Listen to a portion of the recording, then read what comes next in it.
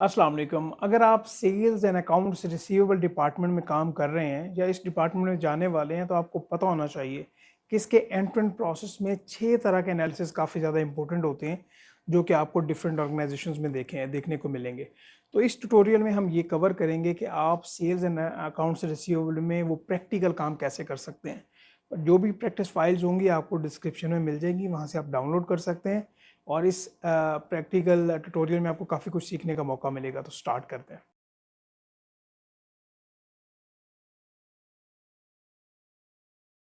जैसे कि आपको इंट्रोडक्शन में बताया, आज मैं आपके साथ अकाउंट्स रिसीवेबल्स को लेके 6 एनालिसिस शेयर करूंगा जो कि आप डिफरेंट ऑर्गेनाइजेशंस में देख रहे होंगे। अगर आप सेल्स या अकाउंट्स रिसीवेबल डिपार्टमेंट से मुंसलिक हैं तो ये 6 एनालिसिस आपको ज़रूर आना चाहिए। ये एक्सेल की शीट आप देख रहे हैं, यहाँ पे अभी हम वापस आएंगे और एक एनालिसिस हमने प्रैक्टिकल करके देखना है। और ये वर्ड की फ़ाइल आप देख रहे हैं जिसमें मैंने 6 एनालिसिस मेंशन किए हैं। ये फ़ाइल आपको डिस्क्रिप्शन में मिल जाएगी, आप इसको ज़रूर एक्सप्लोर कर सकते हैं। और एग्जीक्यूशन का भी मैं आपको बता देता हूँ कि इसमें मैंने 6 एनालिसिस एक्चुअली मेंशन किए हैं। इनमें से 3 ऐसे एनालिसिस हैं जो कि आप हर ऑर्गेनाइजेशन में देख रहे होंगे, और जो एडिशनल 3 हैं वो अच्छी ऑर्गेनाइजेशंस में होंगे जहाँ पे वे एक्चुअली ज़्यादा चेक एंड बैलेंस लगाना चाहते हैं। तो यहाँ पे एक्चुअली मैंने किया क्या है कि एनालिसिस मेंशन किया है, उसका पर्पस क्या है और उसका फिर तरीकाकार। सबसे पहले मैं एजिंग एनालिसिस आपके साथ शेयर करता हूँ। इसका पर्पस एक्चुअली ये है कि हम यहाँ पे ये देखते हैं कि जो रिसीवेबल्स हैं उनको ओवर ड्यू हुए कितना टाइम हो गया। इसमें क्रेडिट रिस्क को भी देखा जाता है, और फिर आगे जो है कलेक्शंस को मद्देनज़र रखते हुए एक्शन प्लान जो होता है उसके लिए ये सबसे अहम है, और ये हर ऑर्गेनाइजेशन में ये काम ज़रूर हो रहा होता है। और इसका प्रैक्टिकल मेथड ये कैसे होता है। नंबर वन, जो भी ईआरपी है या अकाउंटिंग सॉफ्टवेयर है आपका, वहाँ से आप डेटा निकालते हैं जिसमें invoice number, date, customer amount, payment date वगैरह ये आ रही होती है, जो कि आप यहाँ पे देख भी सकते हैं। अभी हम ये काम करेंगे। अच्छा, उसके बाद यहाँ पे आप ना एक्चुअली एक एजिंग डिटेल बनाते हैं, एजिंग रिपोर्ट बनाते हैं कि 0 to 30, 31 to 60, 61 to 90 और 90 से ओवर जो है ना वो कितना टाइम हो गया है। और इसमें फर्दर भी आप एक्सप्लोर कर सकते हैं 180 डेज प्लस या 365 डेज प्लस एटसेट्रा वगैरह। अच्छा, फिर जो है एक्चुअली आप ना क्रेडिट टर्म जो होती हैं कंपनी की, मिसाल के तौर पे कंपनी अपने कस्टमर को 30 डेज़ का क्रेडिट टाइम देती है या डिफरेंट कस्टमर को डिफरेंट क्रेडिट टाइम देती है, तो उसको देखते हुए आपने एनालिसिस किया और यहाँ पे आपने देख लिया कि भाई ऐसे कौन से कस्टमर्स हैं और हाई वैल्यू कस्टमर्स हैं जिनसे अभी हमने पैसे लेने हैं।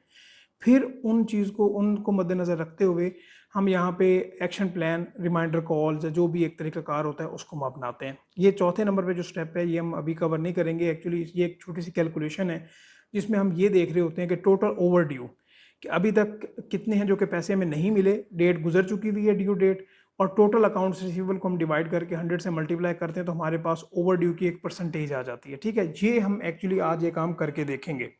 उसके अलावा जो दूसरा एनालिसिस है वो जी है डेज सेल्स आउटस्टैंडिंग। इसका जो पर्पस है ये ज़रा गौर से समझिएगा। इसमें ये है कि जो रिसीवेबल्स है ना वो कितनी जल्दी आप रिकवर कर रहे हैं। ठीक है, lower DSO means faster cash conversation, के जितना डेज सेल्स आउटस्टैंडिंग कम होगा उतना ज़्यादा जो है ना वो आपके पास कैश ज़्यादा आएगा। तो ये जो है ये भी एनालिसिस हर ऑर्गेनाइजेशन में हो रहा होता है। पहले दो तो हो गए हर ऑर्गेनाइजेशन में, इसका तरीकाकार आप देख लीजिएगा। इस वीडियो का रिस्पांस देखने के बाद मैं वन बाय वन इनके ऊपर कोशिश करूंगा कि अगर मेरे पास टाइम हुआ और डेटा भी अरेंज हो गया तो मैं आपके साथ ये डेटा ये ज़रूर शेयर करूं। अच्छा, जो तीसरा है जी वो है जी कस्टमर क्रेडिट रिस्क एनालिसिस। इसमें एक्चुअली जब हम कस्टमर से फर्स्ट हमारी निगोशिएशन होती है ना कि भाई हमें ये, कस्टमर कहता है कि मुझे ये ऑर्डर चाहिए, तो ये अच्छी ऑर्गेनाइजेशन क्या करती हैं कि ऑलरेडी कस्टमर को एक ना क्रेडिट लिमिट दी हुई होती है कि कस्टमर 1 मिलियन तक, 10 मिलियन तक उधार ले सकता है। तो हम ये देखेंगे एनालिसिस में, ये करते हैं कि भाई कस्टमर अगर इतना, उसको हम क्रेडिट का टाइम दे रहे हैं, क्रेडिट लिमिट भी दे रहे हैं, तो उसकी हिस्ट्री कैसे है, क्या हमें वो पेमेंट जो है वो सही तरीके से कर रहा है, मतलब कि वो ज़्यादा ओवर ड्यू करके तो पेमेंट नहीं कर रहा। तो हम यहाँ पे एनालिसिस करते हैं और फिर हाई रिस्क वाले जो कस्टमर्स होते हैं उनको एलोकेट करके उनके साथ जो हमारी इनिशियल निगोशिएशन होते हैं उसमें हम अमेंडमेंट्स करते हैं। ये तीसरा पॉइंट है।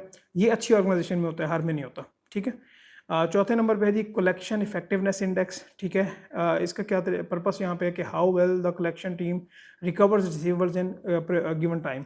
इसमें ये चेक लगाया जाता है उस टीम पे जो कि उस पर्टिकुलर ऑर्गेनाइजेशन में काम कर रही है। तो ये भी अच्छी ऑर्गेनाइजेशन में होता है।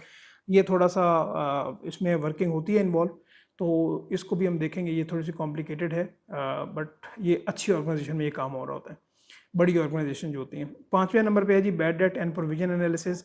इसमें एक्चुअली देखा जाता है कि जो भी रिसीवेबल्स हैं उसमें एस्टिमेट क्रिएट किया जाता है कि कितने % जो हैं वो बैड डेट होंगे या हमें उसकी प्रोविजन क्रिएट करना पड़ेगी। इसका भी एक तरीकाकार है, ये हर ऑर्गेनाइजेशन में हो रहा होता है। 3 पहले 2 स्टेप ये वाले एजिंग एनालिसिस, DSO एनालिसिस, और यहाँ पे ये जो bad debt and provision analysis है ये हर जगह पे हो रहा होता है।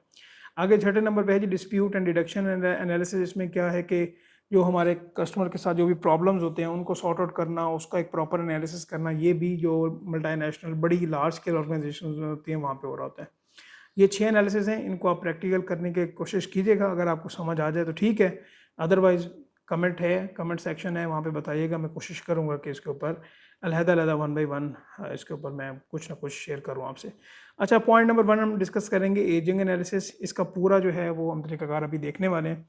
अच्छा, ये देखें कि हमने ना आज मैंने काम किया है कि मैंने जो डेटा एक्सट्रैक्ट किया है ना उसको पहले मैंने क्लीन कर लिया। तो मैंने कहा क्लीनिंग पे मैंने पहले आपसे ऑलरेडी ट्यूटोरियल शेयर कर लिए मैं, तो अभी आपको वहाँ पे प्रॉब्लम नहीं होगी। तो ये हमारे पास सबसे पहले इनवॉइस नंबर आ रहा है, इनवॉइस डेट आ रही है, कस्टमर का नाम आ रहा है और इनवॉइस का अमाउंट आ रही है, ठीक है।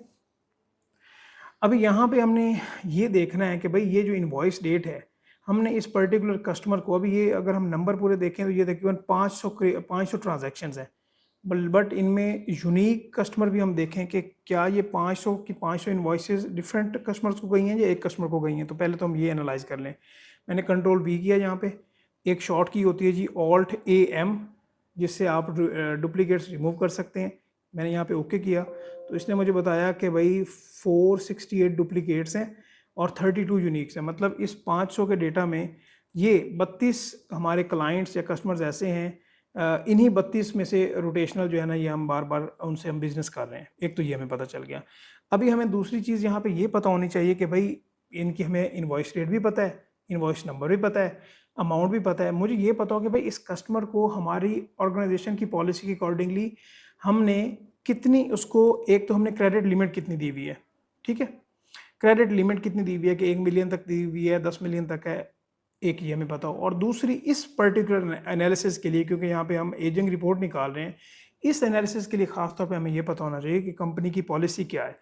15 दिन का उसको हम टाइम दे रहे हैं, 30 दिन का दे रहे हैं, 21 दिन का दे रहे हैं, 1 वीक का दे रहे हैं, कितना टाइम दे रहे हैं कि भाई इस टाइम में आप हमें पेमेंट कर देना। तो इसका डेटा हमारे पास अवेलेबल है ऑलरेडी, हमने ये बना के रखा है ताकि हमें यहाँ पे आसानी हो जाए, ठीक है। ये देखिए कस्टमर का नाम आ रहा है, उसके आगे जो क्रेडिट टर्म है वो हमारे पास आ रही है, और ये क्रेडिट टर्म डिफरेंट है। अगर एक होती तो हमारे लिए काफ़ी काम आसान हो जाता, लेकिन ये डिफरेंट है। लेकिन कोई मसला नहीं है, हम यहाँ पे जो है ना इसका सोल्यूशन कर लेते हैं। यहाँ पे हम ओवर ड्यू जो डेज़ हैं वो निकाल लेते हैं। ओवर ड्यू डेज ये हम निकाल लेते हैं, ठीक है जी। इसको मैं यहाँ पे ऑटो एडजस्ट कर लेता हूँ। फार्मूला लगाएंगे is equal to V lookup का फार्मूला लगाएंगे, जिसमें हम इनवॉइस डेट को प्लस करेंगे, ये प्लस। अभी यहाँ पे मैं वी लुकअप का फार्मूला लगाऊंगा, वी लुकअप, ये वी लुकअप फार्मूला लगा लिया। लुकअप हम क्या करना चाहते हैं, ये कस्टमर, कॉमा प्रेस करेंगे। टेबल अरे कहाँ पे है, यहाँ पे दूसरी शीट पे टेबल अरे है। कस्टमर नेम से सिलेक्ट करें, तो इन दोनों को सिलेक्ट करके नीचे तक आ जाएं। F4 करके इसको आप क्या करें, लाइक डॉलर साइन लगा दें कि ये फिक्स हो जाए। कॉमा प्रेस करें, उसके बाद कॉलम इंडेक्स जो है वो 2 है, क्योंकि हम यहाँ पे ये वाली डेटा हमें चाहिए। मैं 2 प्रेस करता हूँ, कॉमा, और फिर यहाँ पे हमें एग्जैक्ट मैच चाहिए, टैब प्रेस करूँगा और ओके कर दूँगा, ठीक है जी, ओके। अभी यहाँ पे हमने किया क्या, ये ओवरड्यू डेट आ गई, सॉरी डेज हम अगले वाले सेल में निकालेंगे।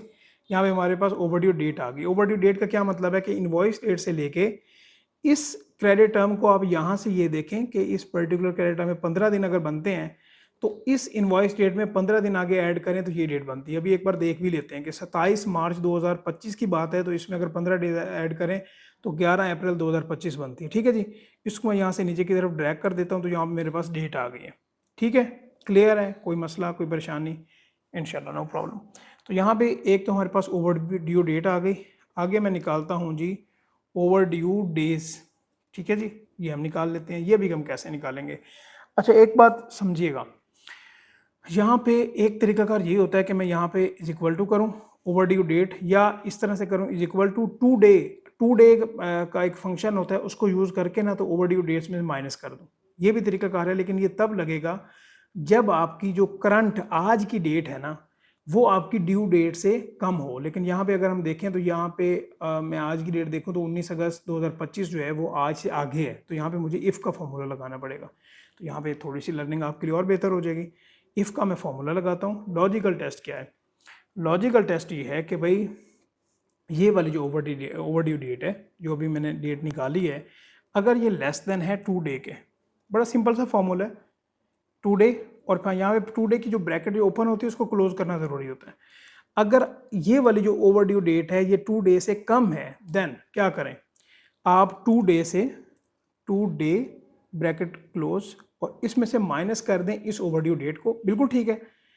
अदरवाइज आप क्या करें, यहाँ पे 0 प्रेस कर दें कि वो जो अगर अगर उसकी अमाउंट ड्यू नहीं हुई तो फिर 0 आ जाए। यहाँ पे एंटर करेंगे और एंटर कर देंगे।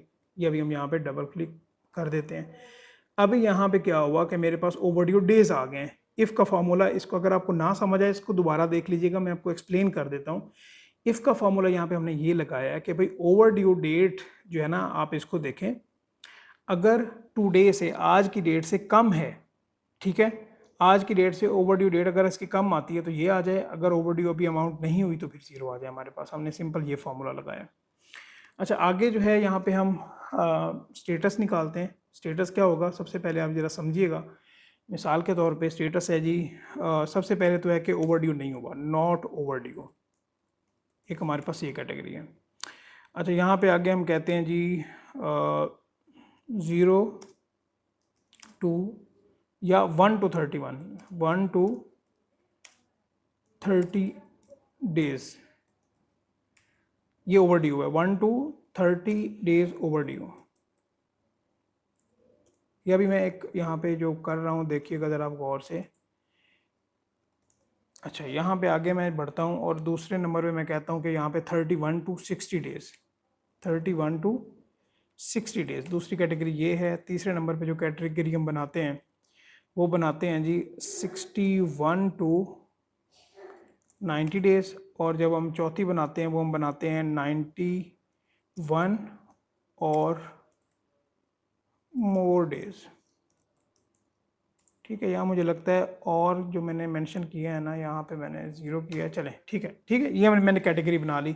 हम चाहते हैं, अभी मैं ये जो कैटेगरी बनाई है ना, मैं चाहता हूँ कि जहाँ जहाँ पे 80 आए ना, तो वो यहाँ पे इस वाले कॉलम में यहाँ पे 61 to 90 डेज आ जाए। जहाँ जहाँ पे 217 आए वहाँ पे ये वाला लिखा आ जाए 91 और मोर डेज। लाइक यहाँ पे मेरे पास एक क्या आ जाए, स्टेटस आ जाए। तो स्टेटस के लिए हम यहाँ पे फॉर्मूला लगा देते हैं, कोई मसला है ही नहीं।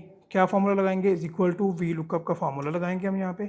लेकिन उसके लिए ज़रूरी है, एक सेकंड, उसके लिए यहाँ पे ज़रूरी क्या है, मैं थोड़ा सा कॉलम ऐड कर लूँ कि यहाँ पे ना हमारे पास न्यूमेरिक वैल्यूज़ हो। तो यहाँ पे 0 है, यहाँ पे जो पहला यहाँ पे है ना इस वाले डेटा में, वो आप मेंशन कर दें न्यूमेरिक वैल्यू 31, और यहाँ पे कंट्रोल ई कर दें आप इसे, कंट्रोल ई, ठीक है। कंट्रोल ई एक फ्लैश फिल वाला ऑप्शन होता है। यहाँ पे न्यूमेरिक वैल्यूज़ आ गए। अभी हम यहाँ पे फॉर्मूला लगाते हैं, is equal to V lookup, tab press करेंगे। अब लुकअप वैल्यू क्या है, ये हमारे पास डेज है लुकअप वैल्यू, हम ये देखना चाहते हैं। कॉमा टेबल रे क्या है, इसको हम पूरे को सिलेक्ट करेंगे, F4 करके इसको फिक्स कर देंगे, कॉमा प्रेस करेंगे। उसके बाद कॉलम इंडेक्स क्या है, हमें यहाँ से रिजल्ट चाहिए, ये दूसरा कॉलम है जो हमने सिलेक्ट किया, 2 प्रेस करेंगे, कॉमा, और यहाँ पे हमें एग्जैक्ट मैच नहीं चाहिए। हम कहते हैं कि जहाँ जहाँ पे पास में डेटा हो ना, तो आप देख लो, हम यहाँ पे अप्रॉक्सीमेट मैच कहते हैं और एंटर कर देते हैं। ठीक है, अभी यहाँ पे इसको हम डबल क्लिक करते हैं और यहाँ पे अभी आप एक बार देख लें कि यहाँ पे कोई गलती तो नहीं है। 0 है तो नॉट ओवरड्यू लिखा हुआ है, अगर 100 है, 102 है, 91 और मोर लिखा हुआ है। तो इस तरह से हमारे पास जो है ये डेटा हमारे पास बन गया। ठीक है, ये अभी हमने एक वर्किंग छोटी सी बना ली। अभी इसका फर्दर एनालिसिस करेंगे हम पाइवट टेबल में, जो कि मैं पहले भी आपके साथ उसके ट्यूटोरियल शेयर कर चुका हूँ और बड़ा एनालिसिस के लिए बेहतरीन टूल है। अभी हम क्या करेंगे, यहाँ पे हमारे पास इंसर्ट वाला ऑप्शन होता है, पाइवट टेबल पे जाएंगे और पाइवट टेबल जाने के बाद यहाँ पे मैं न्यू वर्कशीट पे, यहाँ पे ये जो इसने डेटा पूरा सिलेक्ट किया है इसको मैं ओके कर दूँगा। यहाँ पे मेरे पास ये इस तरह से आ गया। अच्छा, यहाँ तक मुझे बताएं कि आपको समझ आई है, चीज़ें आप रिलेट कर पा रहे हैं। अभी एनालिसिस में आपको फर्दर और ज़्यादा मज़ा आएगा। और अकाउंटेंट्स को लेके हमारे पास काफ़ी प्रैक्टिकल ट्रेनिंग्स अवेलेबल हैं, अगर आप उसका पार्ट बनना चाहें बड़ी रीज़नेबल चार्जेस में। शायद कि जो मार्केट में आपको, मैं आपको एग्जांपल देना चाहता हूँ कि लोग 40-50 हज़ार 30,000 का एक ट्रेनिंग प्रोग्राम दे रहे होते हैं तो उससे आपको 10 गुना फ़ी कम देखने को मिलेगी और वैल्यू इंशाल्लाह काफ़ी बेहतर होगी, क्योंकि ये मेरी खुद की बनी हुई, अगर आपको समझ आती है तो वहाँ पे भी आप रिलेट कर पाएंगे। अच्छा, हम एनालिसिस करने लगे हैं। एनालिसिस हम चाहते क्या हैं, ये देखिए क्या पाइवट टेबल मैंने यहाँ पे कर दिया। अब ये मेरे पास हेडिंग्स आ रही हैं, यहाँ पे मैं कस्टमर को जो नेम है उसको मैं पहले रोज़ में लेके आ जाता हूँ, कस्टमर के नेम को मैं रोज़ में लेके आ गया। ये जो स्टेटस है, स्टेटस को मैं कॉलम्स में लेके आ जाता हूँ, कॉलम्स में लेके आ गया। और यहाँ पे जो हमारे पास इनवॉइस की अमाउंट है इसको मैं लेके आ गया वैल्यूज़ में। अभी आप ये देखें, मैं थोड़ा सा अगर आप इसको यहाँ पे जूम करूँ, यहाँ पे देखें मेरे पास सबसे पहले ये कस्टमर्स की लिस्ट आ रही है, ठीक है। मेरे पास ये कस्टमर आ रहा है कि अहमद ट्रेडर, ये A to Z सारी लिस्ट आ रही है। अभी उसका 1 to 30 डेज़ के हमारे पास ओवर ड्यू का ये हमारे पास आ रहा है कि भाई ये देखो क्या है नहीं है उसका। तो ये मेरे पास एक टोटल समरी आ रही है कि कस्टमर वाइज हमारे पास 1 to 30, 31 to 60, 61 to 90, 91 और मोर, और जिनका ओवर ड्यू अभी डेट नहीं आई वो ये अमाउंट्स बनती हैं। तो ये हमारे पास एक बेहतरीन, जस्ट मेरे क्लिक्स के ऊपर ये समरी अवेलेबल है। यहाँ तक आपको एनालिसिस समझ आया। ये एनालिसिस हम करते क्यों हैं, देखिए यहाँ पे ये मैनेजमेंट ये कहती है कि भाई मुझे आप 1 to 30 डेज़ वाले निकाल दो, बाकी जो 31 to 60 डेज़ वाले हैं, 61 to 90 डेज़ वाले हैं, या 90 डेज़ 91 और मोर डेज़ वाले हैं, कि आप इन दोनों को आप ईमेल कर दो, 31 to 60, 61 to 90 को, और जो 90 वाले हैं इनको आप रिटर्न में ईमेल, वैसे भी ईमेल करें ऑनलाइन, और फिजिकली आप उनको एक लेटर भी भेजें कि भाई आप अपने जो ड्यूज़ हैं वो क्लियर करें, टाइम काफ़ी हो गया। अच्छा, इसके अलावा थोड़ा सा और एनालिसिस करते हैं। मैं अभी सभी को रिमूव करता हूँ एक बार। मैं ये सभी को यहाँ से ड्रैग किया, ये रिमूव कर दिया, ठीक है। अभी ये प्ले करना है ना आपने अपने डेटा के साथ। देखिए यहाँ पे भी मैं स्टेटस को रोज़ में लेके आता हूँ, स्टेटस को मैं रो में लेके आया, और यहाँ पे जो इनवॉइस अमाउंट है वो यहाँ पे मैं लेके आ गया कॉलम्स में, नहीं वो मैं लेके आ गया वैल्यूज़ में, ठीक है। अभी देखिएगा मेरे पास ये टोटल आ रहा है यहाँ पे, भाई नॉट ओवर ड्यू, ये टोटल आपका ग्रैंड टोटल बनता है। इसमें से 90 और मोर वाले कितने हैं, एक आपके पास ये थोड़ी छोटी सी समरी आ गई। और अभी मैं क्या करने वाला हूँ, कस्टमर नेम को मैं लगाने वाला हूँ फिल्टर में।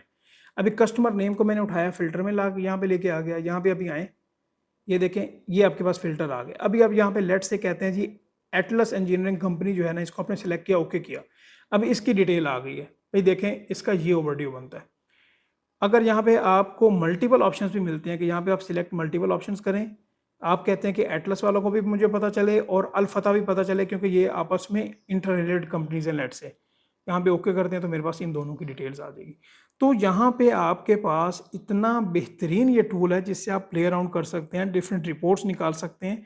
ये मैंने आपको एक गाइड किया है, आप समझे कि 20% गाइडेंस है, यहाँ पे 80% आपने वैल्यू ऐड करनी है। यहाँ से आप क्या करेंगे, इस डेटा को कॉपी करेंगे, शीट में लेके आएंगे, अपने मैनेजर को दे देंगे, या उसके अकॉर्डिंगली आप यहाँ पे जो भी आगे आपका एक्शन है, प्लान है, वो आप कर लेंगे। ठीक है, क्लियर है जी बात। मैं उम्मीद करता हूँ कि आपको यहाँ पे अच्छा मज़ा आया होगा, सीखने का मौका ज़रूर मिला होगा। मैं क्या करूँगा, ये वाली जो फाइल्स हैं ये भी मैं डिस्क्रिप्शन में ऐड कर दूँगा, ये वर्ड वाली फाइल भी डिस्क्रिप्शन में ऐड कर दूँगा। इनको देखिएगा, जहाँ पे आपको मसला हो तो बताइएगा। ठीक है जी, थैंक यू सो मच, अल्लाह हाफिज़, see you in the next tutorial.